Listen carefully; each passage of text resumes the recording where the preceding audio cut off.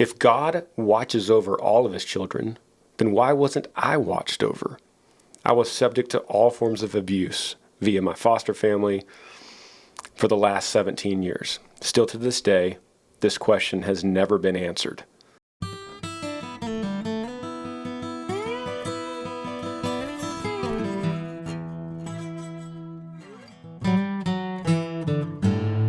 Chad Warren, father, husband, pastor, friend, frequent guest on the podcast.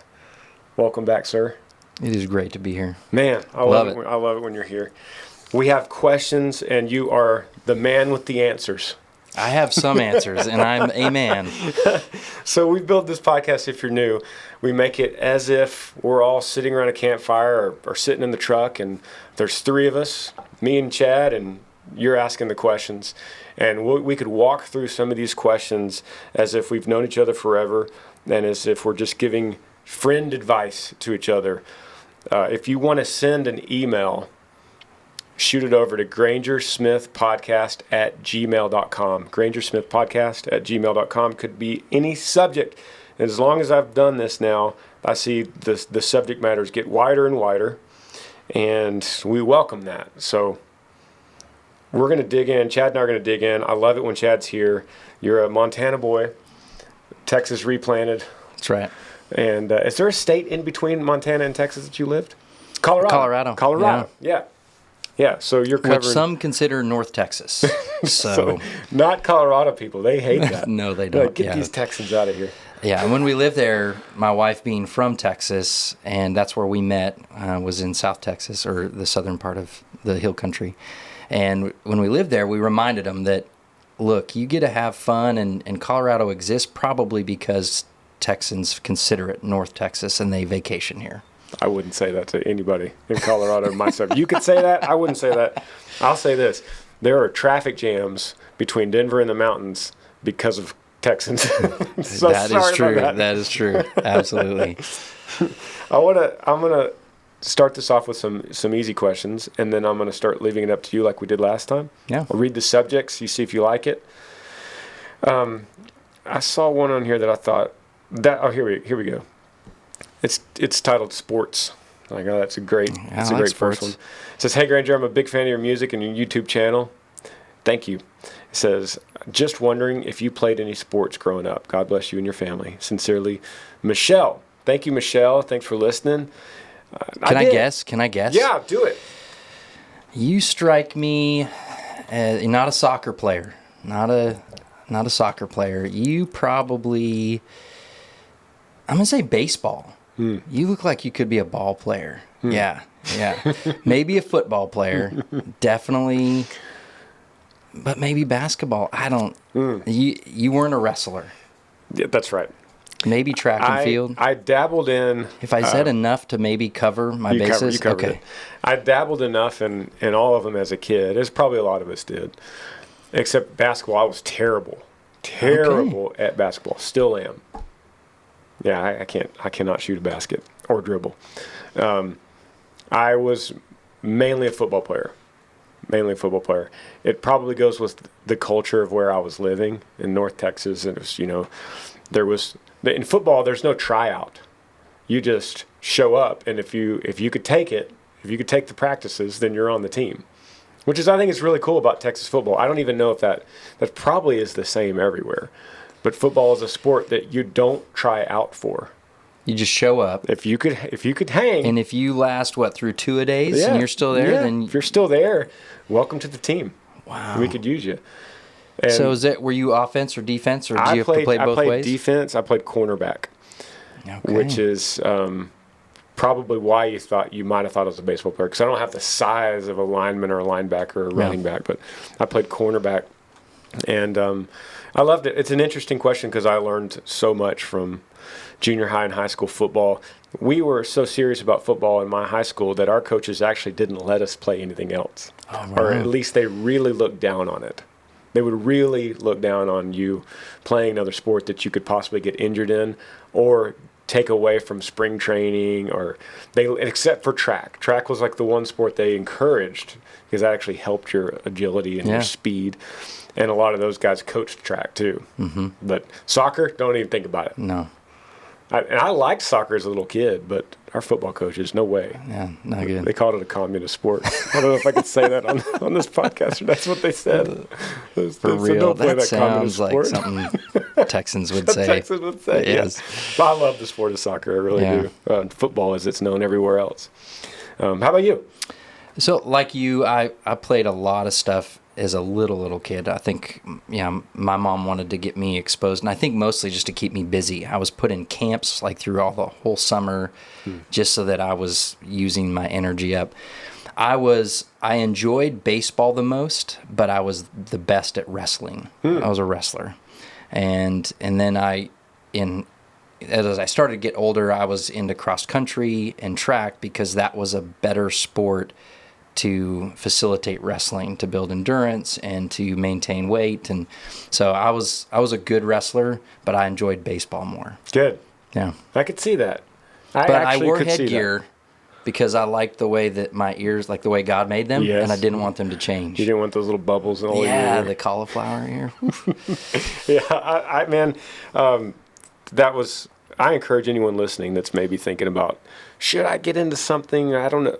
I think sports were such a big part of my life, and football, because that's what I played. But the team sport aspect about it, I learned. To this day, I will do things in my life that I know I learned from high school football, whether that's some kind of mental endurance, or some kind of lesson I could get from a loss. Like losing crushed me when I was in high school. I was the kid on the bus going back just devastated and going over everything I did in my mind and reliving mistakes and trying to get better. And my parents could probably tell you they loved it because I would go in early, and I would eat breakfast in the locker room, and I would start studying film, and then I would go through school, and then I would go to practice afterward. Then I'd stay late, make sure I had everything studied right. I didn't have time to go riff-raff around in town because football took a lot of my mental energy. Mm-hmm. So if my parents ever wondered where I was in high school, I was in the locker room doing something. Well, and you make a good point about the teamwork. Yeah. The team sports versus individual sports, I think that's a very different experience. Yeah. Because wrestling, I mean, we would train with other people, but it was very internally competitive. Like you're competing for that top spot in that weight class, even within your team. Yeah. And so there is an intensity there, which I'm sure you see in other sports. But the baseball, there was much more of a, hey, we're in this together. There's a camaraderie in this. Everyone's got to do their job for this to work out. Yeah. And even more so with football, everyone, lineman to cornerback, like everyone's got to play their position every play a certain way for this thing to pan out. Yeah. And it's pretty cool. And I get to coach Little League now. I coach my kiddos. And I love it because I can see it now that sports, like a game and a season, is like a microcosm of life. You go through emotional ups and downs. You face adversity, and 1 minute everything is awesome, and it can just change so quick. Mm. And you've got to emotionally, how do you handle those ups and downs? And it's a great training ground, I think, for all of us to deal with the ups and downs. And how are we when everything's good? Are we a jerk when things are going well? And are we a jerk when they aren't? Do we blame others? Do we own things that are our mistake and that we need to do better? Do we have a short memory about mistakes and so that we can move forward? Do we sacrifice for our teammates? There's so many cool things. So yes, if you're not in a sport, you should probably go find a sport. I agree. I have to tell a quick story about that. And I know that this podcast is not about football or sports, but I'll never forget, I was in ninth grade. And ninth grade for me was the end of junior high, so that, we fed into high school. We went into high school in our sophomore year, and there was 2 rival junior highs, and we were both undefeated. And these 2 junior highs both fed into our high school, so they were about to be our brothers next year, but they were our enemy today. Yeah. And we played the game at our high school field. So, it was like a big deal. We didn't play on the little junior high field. We played in the high school stadium versus each other. Last game of the season, both undefeated. And they had this big old quarterback. His name was Sean Staley. He ended up playing quarterback for TCU. Okay. Big old, 6'7", big old Legit. dude. Legit dude. He could scramble. He could throw. And so they built up. He ended up being our high school quarterback, which, and he's a great friend. But they built this play for me. Our coaches built this play. It was a cornerback blitz. And I would come in off the tackle and go backside and sack him when he was looking the other way. We had to call this play was if it triggered if they brought out a certain formation that we knew they're going to roll out, and I'd come in on the backside, and no one really expects the cornerback to blitz. No. But the safety would always protect if there was a tight end, the safety would roll over the top. So it was a trick play basically. So we called it, and I remember my heart was pounding because I knew they came out in this formation. The coaches gave the signal from the sideline. I knew this is it. My heart was pounding. Like, here we go. I've been practicing. So we got off the ball, and I ended up sacking him. He didn't even see me coming because it was from the backside. Sweet. So I was just on cloud nine. The crowd was excited. They were cheering, and I just thought, oh, this is great. Yeah. There's a ninth grade kid, pimple-faced kid, So just awkward, so excited. Yeah. And it was a big game. It was one of the biggest days of my life at the time. So second half comes out, and it's a close game. I don't remember the score. And they come out in that formation again. Same call. Coach gives me the signal. So this formation only happens if they're tight, if they have a tight end, right? Obviously. So that's what they did. Here's what I didn't know. And they knew this, and they talked about it at halftime. So they came out with a trick play on their own, and they rolled out 10 men onto the field. And the 11th man was the wide receiver hidden on the sideline with the coach. Just standing there looking like he's talking. So looking like he's talking to the coach, but he's also standing next to the ref who was in on it at the time. So they got up to the line, and I'm only thinking about, here we go. It's another cornerback blitz. So I line up. And just at the right time, that receiver stepped off the sideline into a wide receiver spot. They snapped the ball. The quarterback knew what I was doing. I'm the only one that didn't know what was going on. Mm-hmm. And he's wide open. Long bomb. Just sailed. Just a nice little toss. Just an easy catch. Touchdown. Crowd on their side goes nuts. I just fell. I was just so dead. Of course, my coaches... I don't know. I'd have to talk to them. They acted like they saw it. Like, Granger Smith, come on, man. Smith, keep your head on a swivel. Do you see what they're doing? And evidently they saw it, evidently, They're probably my age now, back then. So but then what happens? To my point, what happens? You go to the huddle, and you got to go back and play another play. Mm-hmm. Because it was totally devastating to me, and I learned. And then throughout high school, I always looked to my left. I played on left cornerback side. I always looked to my left. Check for the receiver. The last second, I always looked, or I would count 1, 2, 3, 4, 5, 6, 7, 11. They're all out here. Never let that happen again. So thank you, Michelle. I know there's a long answer, but I'm passionate about that stuff. So Chad, I'm gonna start rolling you with these. We have toughest God question never answered. Ooh. We have beliefs, food for thought, 55 years young. We have a for Pastor Chad. We have please help getting married, cheating brother-in-law, trouble with girls. My wife and I are thinking about moving. I should probably stop at that point and let you. There's like 4 or 5 solid. You have to answer those. I think I'm kind of leaning towards Pastor Chad since... Okay, we'll start there. You're here. Yeah. I don't want to skip that one and then we get on to something else and wish we had. So it says, howdy from Oklahoma. It says, I'm going to make this as short as possible. Third commandment, shall not take the Lord's name in vain. Giving that commandment, my soul is lost forever, right? That's what I've been told in the past. Haven't been to church since Marine Corps boot camp in 2007. I listen to Amber's Arise every Sunday. The Chosen Show, first time I binge watched it and sent it to Amber because I knew she could spread that farther than me. I just feel completely lost as to the times I have cursed God for so many, many things. I don't know what kind of help can be provided, but anything would be helpful, I suppose. That comes from Jason. Okay, so you've got a lot there. Yeah, Jason, thank you for your service, serving the Marine Corps. Thank you for listening and caring to email and this compelling your heart to email us in. And shout out to Oklahoma. This question is going to be, it's complex, but it's a lot simpler than you think. Mm-hmm. It's a lot simpler than you think. You want to start this, Chad? Yeah, I mean, at first, I caught the third commandment, taking the Lord's name in vain. Mm-hmm. I caught in their question about, does that mean eternal damnation? Like, is he said, stuck there? Given that commandment, my soul is lost forever. That's what I've been told in the past. And then he goes on to say, I have taken the Lord's name many, many times in vain.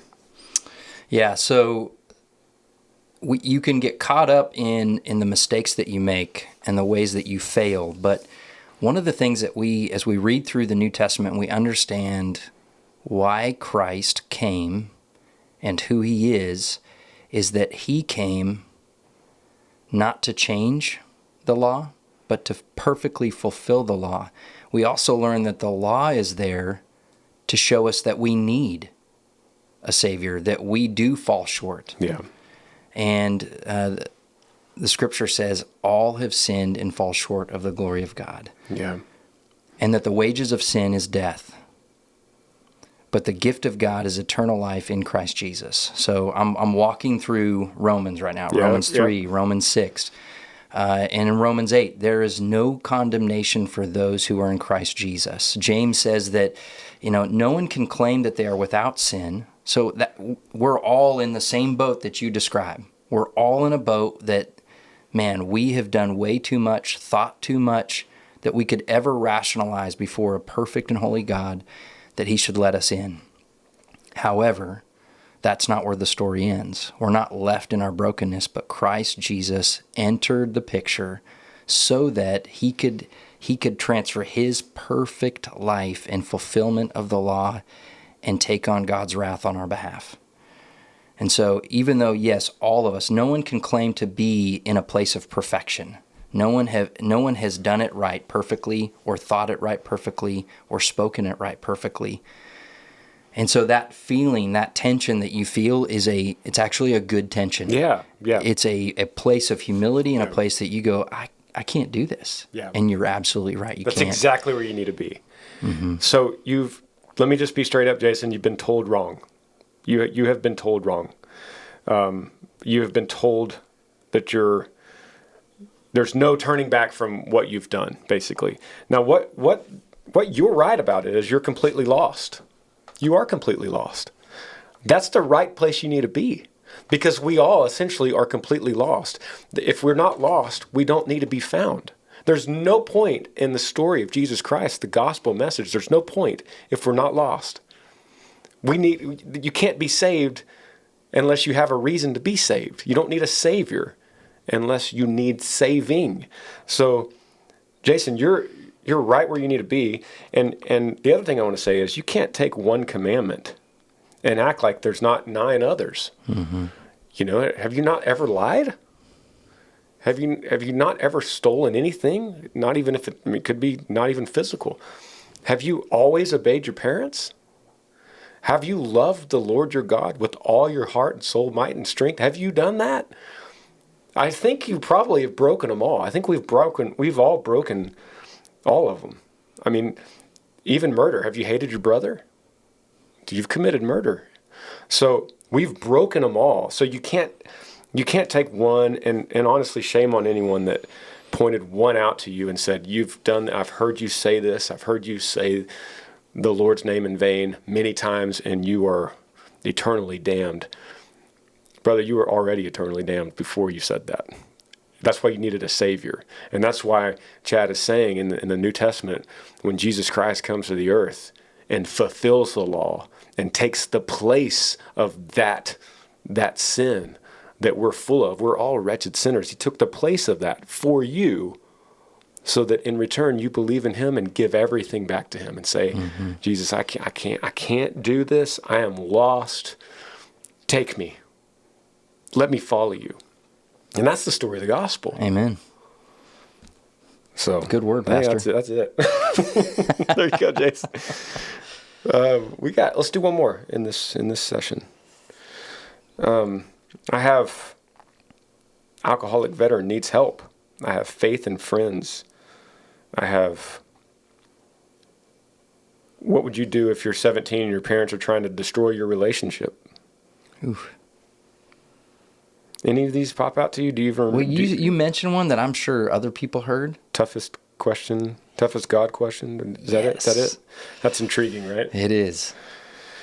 Now I read this before we started. I skimmed it, and it's a tough one. But let me say that sometimes what I learned through reading y'all's questions is there's a lot of people asking the same question, just putting different words in it. But we're all living something in here, and then you guys make it specific to your life. But the answers are probably going to be very similar. It says, "Hey, Granger, I love watching you. Blessings to all. The question that I asked," he says, I sent this email a few days ago. "If God watches over all of his children, then why wasn't I watched over? I was subject to all forms of abuse via my foster family for the last 17 years. Still to this day, this question has never been answered."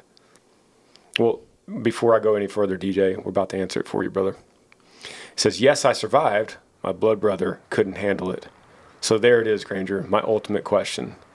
Thanks for your time in advance. So here's the question, and you're saying it's never been answered, and I love that you've said that. And I love that you've given us the opportunity. But essentially he's saying, if God watches over all his children, why wasn't I watched over? Right? And that's, you could reword it and say, if there is a God, then why is there pain in the world? Why didn't he stop it? And if he can't stop it, then he's not God. And if he won't stop it, then he's a mean God, and I don't want any part of that, right? Like that's the theology of that or the philosophy of that thinking. Yeah. Where would you start with it, Chad? First of all, I want to say there's no theological answer is going to remove just the reality of probably how much pain you experienced and the fact that your brother and the emotional struggles that you've had through that's real.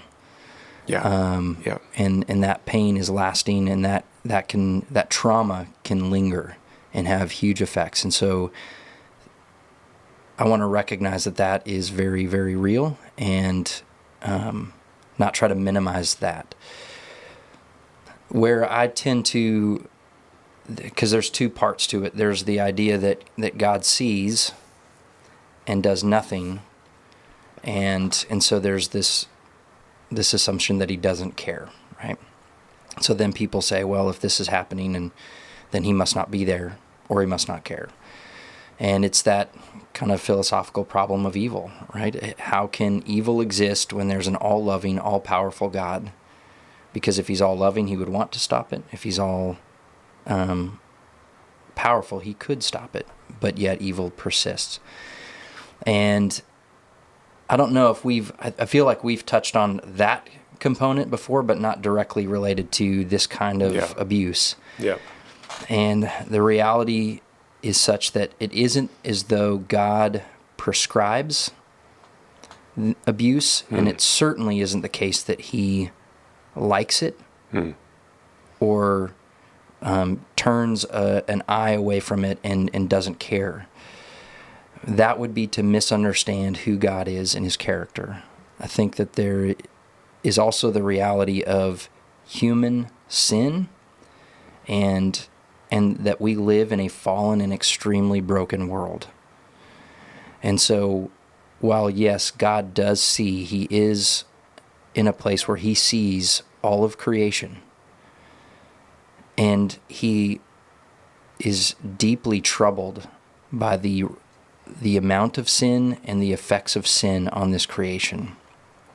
But it's also the case that he's created the conditions where we live in a fallen world. These are the conditions that we, humanity, have caused. But he is a God that has also created the conditions for love.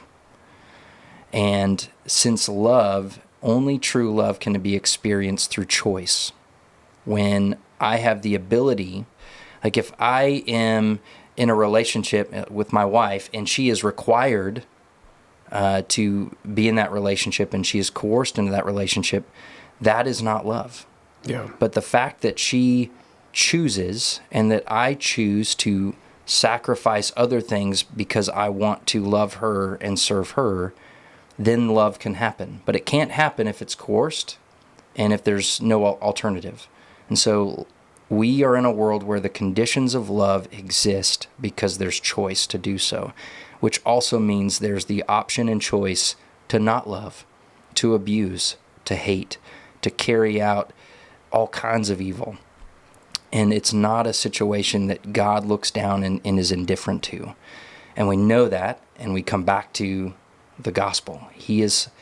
God is familiar with abuse and betrayal because he has taken on human form and identified with every component of it. Absolutely. DJ, these stories, just like yours, are in that book that we're talking about. And a collective read of the Bible. I know, and let me just say this. Sometimes when you hear me say, read the Bible, you might think, you can't really read that thing, right? It's like a big boring book. It's not made for reading. It's just made for like pulling out coffee mug phrases here and there and putting them on the wall, right? That's precious moments. Precious moments. And so before that, and I still kind of unravel this in my mind, exactly what to say. But what I think it is, it's somewhere in this world. It's you, DJ, getting in a quiet place on your knees. And Chad and I talked about this before the podcast on another subject. And you saying, God, I've seen you work through other people. I haven't felt it in my life. To be honest, I don't even know if you're listening. But I want to feel that hunger. I don't want to do this anymore. I don't want to, just like I said in the last question, I don't want to take control of my life anymore because I can't. I'm not very good at it. And it only leads to suffering. Make me hungry for that. Save me from this. And then you open up that Bible and you start. You could start anywhere. Start at John 1. It's a good place to start. Mm-hmm. And as you start reading it with that kind of reverence, that kind of humility, that kind of introduction to it, you start reading those pages and you go, that story actually sounds similar to me. I mean, these guys were persecuted and they suffered and they went through loss and they went through terrible things. But God didn't stop it. He delivered them through it. And there's a big difference when you get delivered through the fire. Could he stop it? He could. But what would you get out of it? What would anyone get if the fire stopped? It's so much more powerful to say, he guided me through it, through the flames. As the building was burning, he took me through it, and we made it all the way. He delivered me. And you learn so much more about yourself and about humanity, because imagine a world that's in perfect bliss. There's nothing wrong with it. How would you ever see good? How would good even exist? How would you know what a good day was if you didn't have a bad day? How would you know how beautiful the sunshine is? Or how would you know how, if it rained every day, you wouldn't even know that there was a beautiful sunshine, or vice versa. But without that contrast, I heard it put this one time. It was put this way: evil of the earth is like the cancer in the body. But the body exists before the cancer. If you take away the cancer, you still have a body, and it's a healed body. But if you take away the body, there is no cancer. It doesn't exist. Evil doesn't exist without the good. You have to have the good. So there's good in your world, and there's evil in your world, but as soon as you realize that, and you go reverently to that word, and just say, God, I don't want this anymore. I don't want to deal with this anymore. I can't. I want to take it to you. Give me that hunger. And then watch the power, watch that supernatural power come over you. Some of you are listening going, this is mumbo jumbo. This is getting weird for me. Okay. It happened to me. It happened to Chad. It happened to a lot of people. And there's evidence of this throughout history, because there is a power in that word, and he will deliver you through it. And then your story will become your power through it. Like your story, what you've gone through becomes your testimony, which becomes so powerful to others. There's somebody else out there, DJ, that's going through similar things to you. And if you get into the word and are delivered through the flames, then you could turn to that person and go, I can get you. I could help you. Mm-hmm. I could show you. I'm one beggar telling another beggar where the bread is, and I could tell you where the bread is.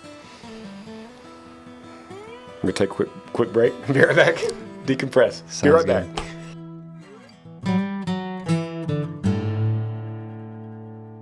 The podcast today with Mr. Chad is brought to you by Yee Yee Apparel. I just talked to Parker, and he said, make sure you tell everybody that we're restocking leggings. I guess those are really, really popular, and they were out of stock for a long time after the last launch. They're back in stock. So I never thought that this apparel company would have popular leggings. That's not really what I thought when we first started selling hats and t-shirts, but evidently leggings are super popular, and ours, Amber had worked a long time to find the exact kind of leggings that girls like, and the right material. I guess the material lasts forever, apparently. This is all coming from Amber, because she tested so many different kinds before they manufactured the exact kind that she liked. And I guess there's a certain way that they could make these that actually fit right too. I mean, maybe like the waist doesn't come up too high or not too low, and like the ankles are the nice length. So apparently they're back in stock, and they're really popular. So I want to tell you about that. I also want to tell you that with Father's Day coming up, we just went outside and Parker showed me we have a new Father's Day shirt. It's called Top Dad. And it's pretty cool. I was talking to Parker, and I was like, this is actually the perfect gift for someone that's looking to buy Dad something that's a Yee Yee fan, and they don't know what else to get him. Maybe Dad has everything. Well, this is an exclusive shirt to 2021 that's a Top Dad shirt that it looks really cool, and I think your dad's going to like it. I don't think dads are going to go just buy it on their own, but I think it's the perfect gift for a kid or a teen or a young adult or a wife or a parent to buy their kid that's a dad this shirt. So I want to tell you about that. Also, as always, if you need to get a hold of me, if you want to hear from me personally, then you can go to cameo.com. It's also an app called Cameo, Cameo. It's a great way to connect with me. You can get me to say anything on a video message, and it's a video message specific to you. So it could be a birthday or a happy anniversary or congratulations or I'm sorry you're going through this, whatever it might be. I've done all different kinds. I can even do a cameo to you if you just want one for yourself. I've seen those too. Cameo.com or the app Cameo. Search for Granger Smith. I'm easy to find, and I'll get you back to the podcast with Chad. All right, Chad, digging in here. We have food for thought, belief. We have a please help getting married. How about we do that one? Okay. You do a lot of marriage counseling. That's one of your many specialties. If you guys have an email, I always say that. If you have a question, email grangersmithpodcast@gmail.com. Anything you want to ask. We have Chad Warren today. He's awesome at answering these questions. So this one says, howdy, Granger. My name is Bryce. I'm 30 years old. I live in Spring, Texas. I'm a fellow Aggie, class of 2013. Whoop. You guys make noises. We make noises, yeah. I wanted to start by saying thank you. Your music has been a light for me during some dark times. Thank you, buddy, so much. That means a lot. It says, I have a question for you. I've been in a relationship with a woman of my dreams for a little over 4 years.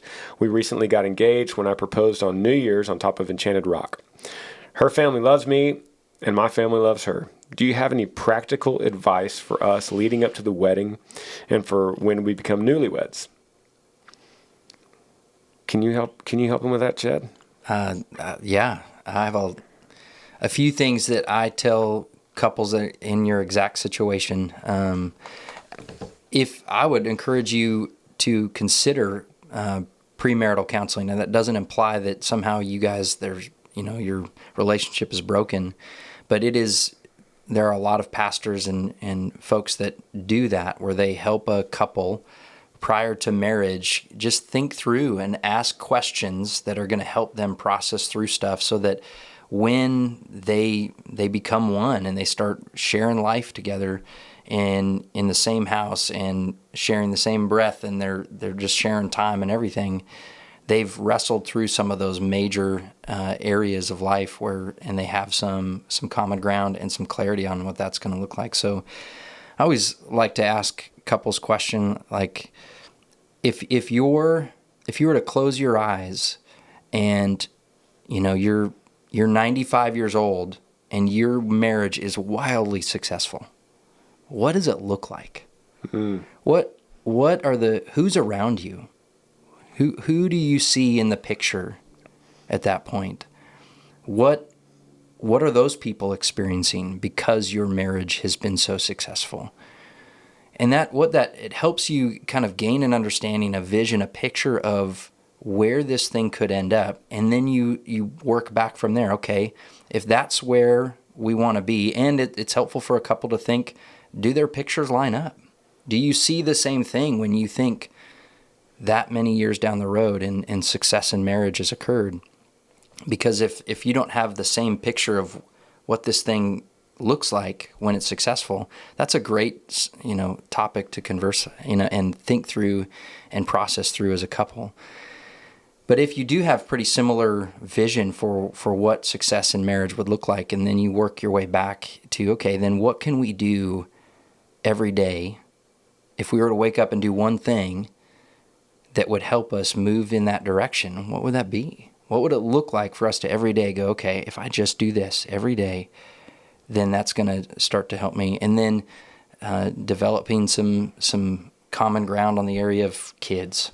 Right. Do we want to have kids? How many?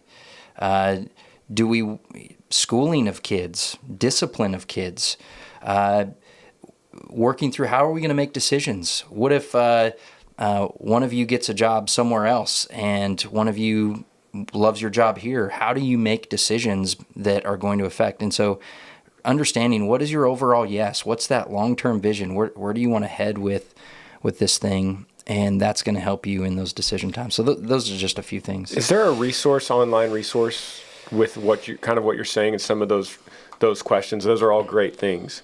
Yeah.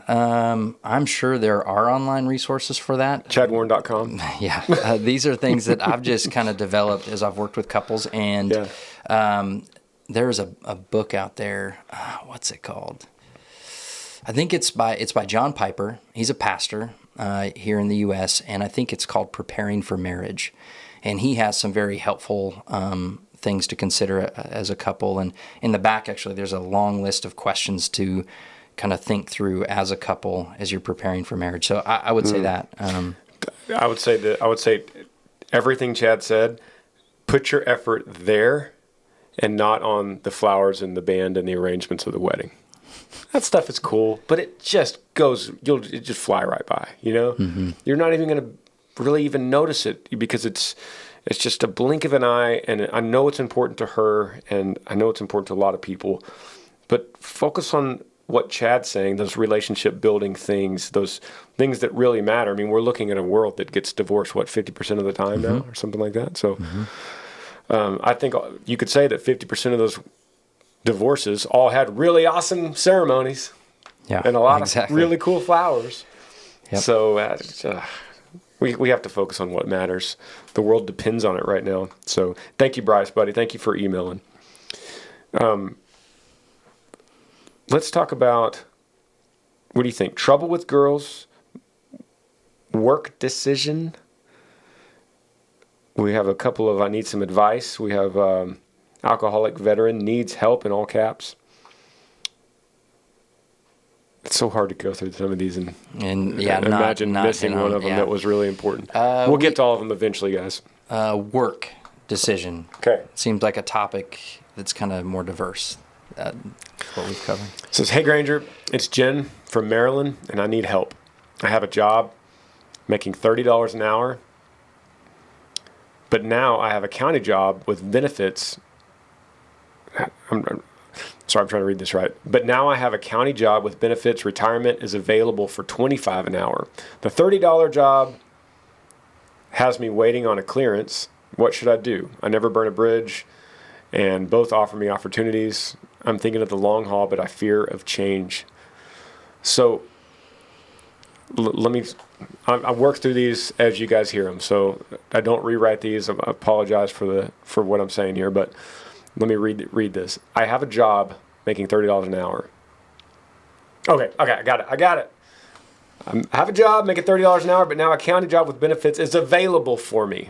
So there's job A, the current job, and there's job B, the potential job. Available for 25. So we're looking at one for less money, but it has retirement available and it has benefits. It's a county job. So she's saying, I don't want to burn a bridge, and I like both opportunities, and I'm thinking about the long haul, but the fear of change is within me. Thank you, Jen. Thanks. Shout out to Marilyn. Sometimes I look back on these podcasts and I'm like, God, can you even read, Granger? But bear with me, guys. Sometimes y'all, I just read it the way you sent it to me. You were just in the locker room a lot. That's right. You're not reading books. You weren't in the library. I wasn't learning how to read very well. Jen, this question, I think you answered it. I think you say I'm in it for the long haul. So I think you're probably wanting to go to, it sounds like what is more stable with benefits and a retirement package available for $5 less an hour.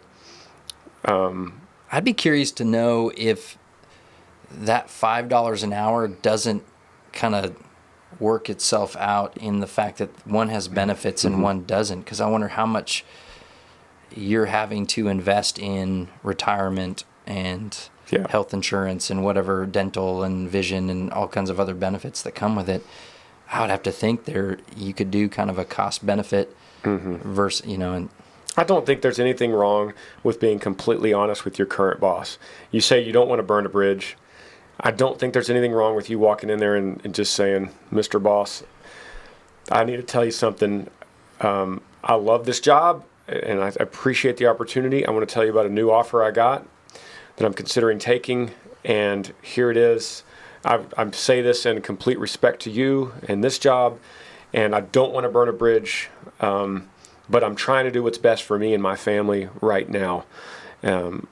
Maybe you could help me with this or help me to understand, but appreciate this opportunity. It's just complete vulnerable honesty with your boss. It shouldn't burn a bridge, and if it does, he's not the right boss anyway, right? Let's be honest, and I would say follow your gut and take option 2. That, from what I could see here, I think that's where you're going to go. I think that's good. Cheating brother-in-law. Let's dive into that. Popped up to the first into that. This is, hey Granger and guest. It's kind of disrespectful to you, Chad, I believe. Well, I am a guest. I am a guest. No, I'm okay with that. So I'll keep my name confidential in this topic, but here's the issue I'm struggling with. I have a close friend with my brother-in-law. I have a close friendship with my brother-in-law, and sometimes it's too close for my comfort. He has told me about the times he's cheated on his wife with my wife's sister. While I'm out on a bachelor party trips, or while he's out on bachelor party trips and out of town, I'm sorry for my reading today, it's getting worse. My brother-in-law and his wife they have 2 kids together under 5. It hurts me deep inside as I find his actions completely unacceptable. And I don't want to be the one to say something. I am honest and open with my wife and told her about a recent trip he told me about, and now she is stressing me out on how to handle this as well. We don't want to be the bearer of bad news and cause a train wreck, but it also hurts us to know this kind of information without saying anything. If she finds out, more than likely, he will know immediately who said something. So I do worry about trying to save my brother-in-law from hating me or telling my sister-in-law what I feel she should know. Give it to me campfire style, would you? Jason. I like that campfire style. I mean, Chad, you're good at this. You're good at this. So I'm glad you're my guest today. I'm serious. I don't exactly know what to say, but I know that you probably do. Can we recap this real quick? Yeah. So what I've heard is the writer here who has submitted the question. He's got a good friendship with his brother-in-law, and through that friendship, the brother-in-law has confided in him times that the brother-in-law has been unfaithful with the brother-in-law's wife. Okay, so he's cheated on his wife. Yes. And he's confided in our... Yes, and it sounds like multiple times, because he said while out on a bachelor party trips or out of town. So it sounds like multiple partners, multiple times. So there's... Yeah, I can't get the sense whether it's just happened in the past and it's no longer a thing, or there's this... It sounds like because there's an upcoming trip or a recent trip, that there's a potential that this is kind of a thing. This is an ongoing thing. And... So the dilemma is save face with this guy and save the friendship, or tell your wife's sister and ruin your relationship with him and cause a bunch of ruffled feathers in the family. That's the decision. Yeah. I would say there's a couple of things to consider. There's what's of higher value? Is it this friendship that you have with the brother-in-law? Is that of highest value? Is it the kind of the veil of a healthy marriage that they seem to have, which they do not have a healthy marriage if this is a ongoing thing? And is that something that you want to help facilitate? Because right now, you are now aware of the dysfunction. And now as you determine to be silent about it, then you are going to you're helping to facilitate the veil of something that seems healthy but is incredibly destructive underneath. And so you've got to determine what's the highest priority here. And my encouragement is, as hard as it may be, confront your brother-in-law about it. This is campfire style, okay? It doesn't mean it's easy. But confront the brother-in-law about this infidelity and that he comes clean with his wife. And you can even put a timeline, like you need to tell her by such and such time, or I'm going to, because if 10, 20, 30 years down the road, it all comes to light, because it most likely will, something will happen to where she becomes aware. And when she finds out that you've known all along, imagine that condition. Good point. That is not a situation that you can defend. Good point. I love that answer, and I'm supporting it fully. I hadn't thought about that, because it will come to light. You're right. We see this play out. Either he'll slip up, or his conscience will make him feel so guilty he can't stand it anymore, or she'll catch him. And it sounds like it's even having an impact on your marriage, because your wife is starting to put pressure on you. Sounds like his wife wants it to come to light. Yeah. It's her sister. Yeah, absolutely. And so as you continue to harbor this darkness and not walk in the light and not be truthful about it, it is going to have an impact on you. It will affect your marriage. And it's just going to be something that's there and festering and growing. And when it comes to light, you're going to be on the hook. Yeah. You can't defend why you've harbored that. I love that, Chad. And here's a big factor to this too.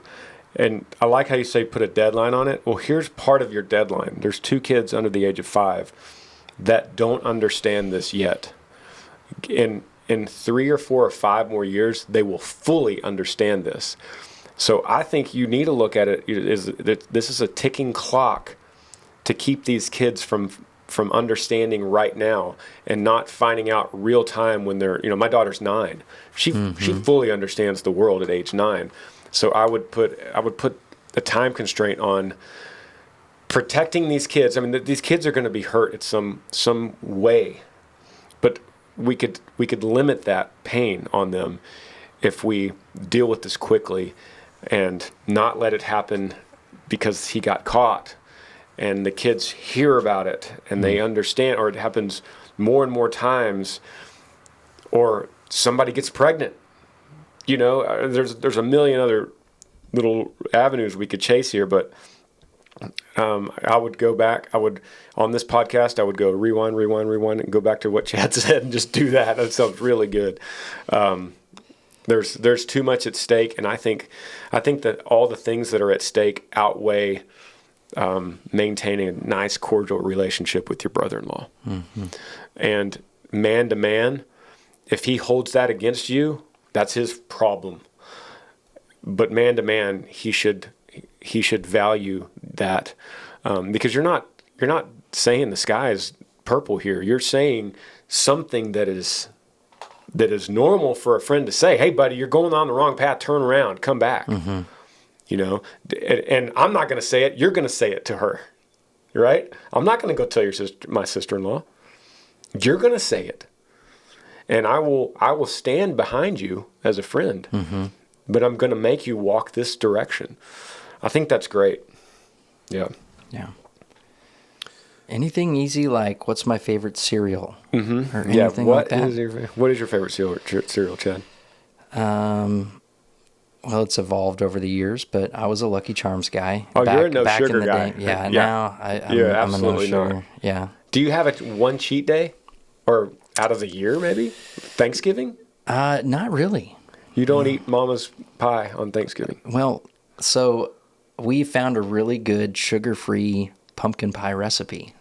And it's not for everybody, but yeah, a story for another time. But going through cancer and having to kind of navigate the nutritional components and kind of how to recover from the treatment, I realized it's not worth it. So if you had a little bit of sugar right now, it would just send you through the roof. It would I'd probably be bouncing off the wall. It would be crazy. Probably. Yeah. Okay. Yeah. I like that, man. I love that. Here's a dude that answers questions on the podcast and lives it, You're going to tell somebody to do something. Hey, you don't even have sugar. So yeah, but maybe what my favorite cereal, that is too complicated. Just what is it now? I mean, I don't eat cereal.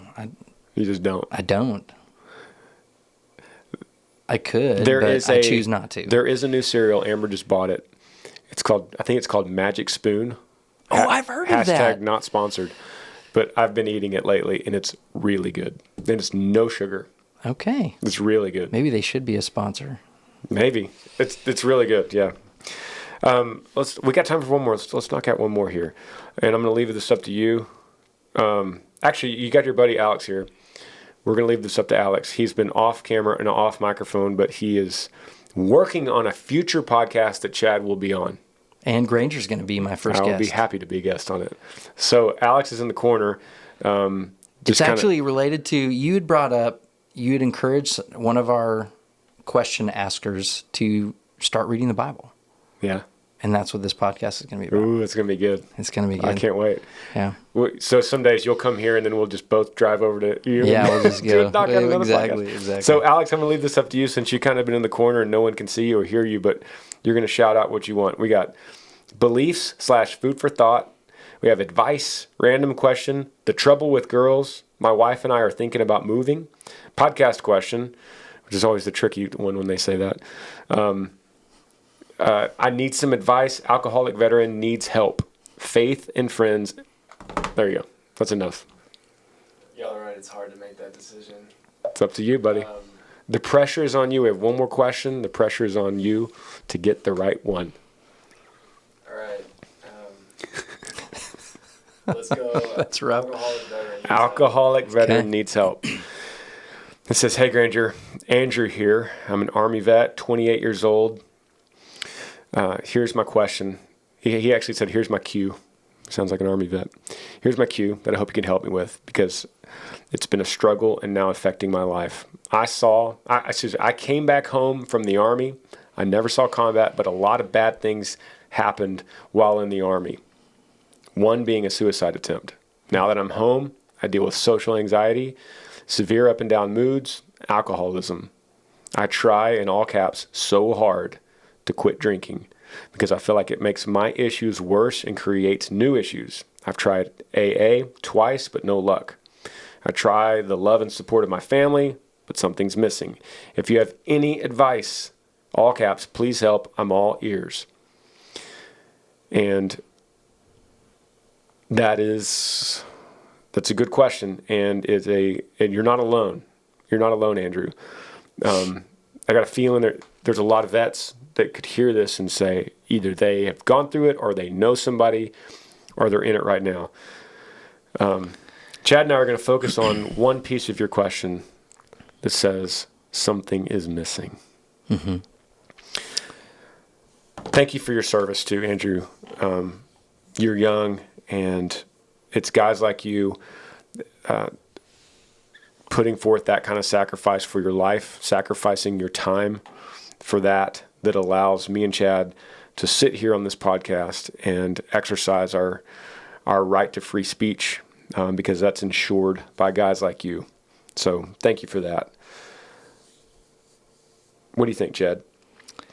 Well, I can speak personally from this. My father returned from service in the Army from Vietnam. He was a helicopter door gunman, and he, because of the things that he had seen and experienced in that, came back a very broken man, and his coping mechanism was substance abuse. Alcohol, drugs, both prescription and illegal. And it plagued him, and he lost the fight. It sabotaged his marriage to my mom, and so he was out of the picture, and the rest of his adult life was in and out of rehab, AA, and it eventually took him. And so the stakes are high for you. They're very high. And I hope that you're in a place where you're willing to consider. It sounds like you've tried a lot of things, AA, the love and care of your family. But I think we're all in a situation where we're wrestling with brokenness, and addiction can come in different forms and in ways. And a lot of times we try things to deal with brokenness in our life, and you've seen things, and so you're coping through substance, and you're finding that it's causing it to be worse, right? It's anytime we try to respond to brokenness from a broken perspective, we're going to create more brokenness. It's going to compound the issue. There is only one option that I've ever seen effectively dealing with brokenness, and that is when a pin's about to drop when you say something like that, right? Yeah. Only one thing. Okay. Okay. Everybody's listening now. What you got, Chad? It's when we realize we don't have an ability to fix the problem ourselves. And we realize there is an outside source, and it's not a human source. But when we surrender ourselves entirely and fully and ask the Lord to come in and fix it for us and help us, it's the only thing that right now there's this desire to try to fix it, to try to numb it, to try to kind of quiet the pain and the memories and whatever else. But then they're always still there when the effects wear off. We had a previous question about abuse and why would God allow that to happen? And so they're plagued with the memories of that abuse and that evil. In the same way is whatever you're trying to cope with, it's not working. There's only one thing that I've seen that helps somebody navigate brokenness and come to a place of wholeness and health, and that is Jesus Christ himself asking the Lord to come and take over and surrendering and just saying, I've tried it. I don't have anything else. Will you please show up? What's my next step? I'll do whatever it takes. I'll try anything. That's something that I don't understand that my own father, I don't think that he ever took that step. I don't know. I didn't know him because he wasn't around in my upbringing, but I know that he never was able to get out of the habits and the cycle of alcoholism. I want to say this, that I have seen, not very much, I see so much love from this podcast, but I have seen every once in a while someone say something like, stop pushing your religion on me. And so I just want to use this as an example, and Chad could look where at the end of this email says, if you have any advice, all caps, please help. I'm all ears. So I want to make it clear that I'm not pushing anything on anyone. I'm telling you my honest answer from an honest plea, from a man that's desperate, that's saying, if you have any advice, and I don't have any other advice. I've not seen anything else that would even come close to helping you. I'm not pushing a religion down your throat. As I said earlier, I'm one beggar telling another beggar where I found bread, what satisfied my hunger that I needed. I don't have any other advice, and so I want to set that up and just say, Andrew is saying, please help, and this is the way I know how. If you don't believe me, or if you don't want that from me, please know that I'm not trying to push it down your throat or push it on any. I'm just not a pushy person. But when I'm asked, I'm going to tell you when I've been broken in my life, when I've been trampled by the world, when I've been overrun by fleshly desires and worldly ambitions and crushed under grief and loss. There was only one thing, and I've tried steps, and I've tried books, and I've tried multi-step processes, and there was only one thing that delivered me peace. And once again, we go back to, we're not getting delivered from the pain, we're getting delivered through it. And the promise of going through it is peace and hope and love in the midst of all that. Mm-hmm. So that all your memories from the army don't just get erased. You don't just snap your fingers and you go, oh, they're all gone. Cool. I don't have to think about it anymore. Instead, you get in return a peace and hope and love that is so great that it overshadows those memories.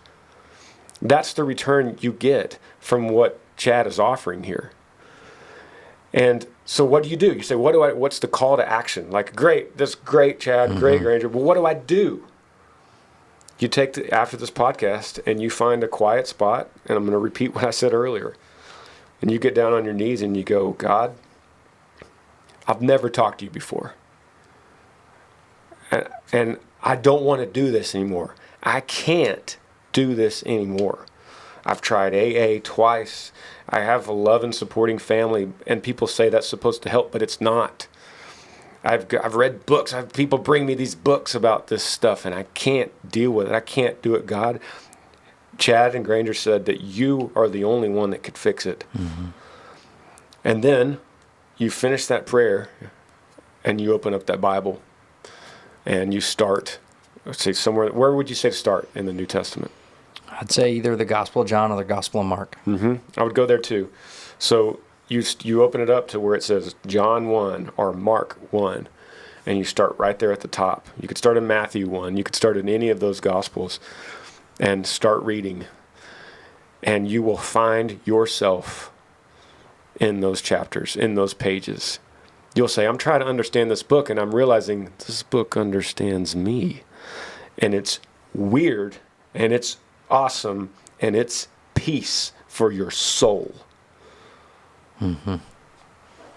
And once that snowball starts, right back to this podcast. I want to hear from you. Mm-hmm. And know that I can't convince you of that. It's a supernatural thing, and this podcast has been all about it. Seems like today, but I know Chad does, and I have sympathy for you, and Chad could directly relate to you. And no one's saying it's easy, and no one is saying there's a quick fix, but there is one fix. And I know that you believe me because sounds like you've tried a lot of other things, but there's not a book out there. There's not a YouTube class you could take. There is one fix, and it has to come from total brokenness. And we should end the podcast with that. Amen. Thank you, guys. Thank you, Chad. Absolutely. Love you, brother. Yeah. See you guys. Yee yee. Thanks for joining me on the Granger Smith Podcast. I appreciate all of you guys. You could help me out by rating this podcast on iTunes. If you're on YouTube, subscribe to this channel, hit that little like button and the notifications bell so that you never miss any time I upload a video. If you have a question for me that you would like me to answer, email grangersmithpodcast@gmail.com. Yee yee.